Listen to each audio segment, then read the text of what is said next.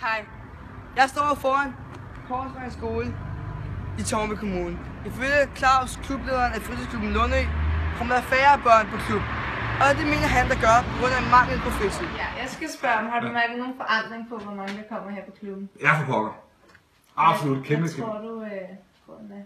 Det tror jeg er på grund af en ny skoleform.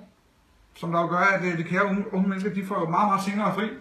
Og når de får senere fri, så betyder det så også, at de har mindre tid til at gøre de ting i deres fritid, som de skal. Og det kommer så også til at gå ud over ungecentret og klubberne, fordi så er der mindre tid til, at de kan være der, fordi de skal også passe deres kammerater og lektier og fritidsinteresser osv.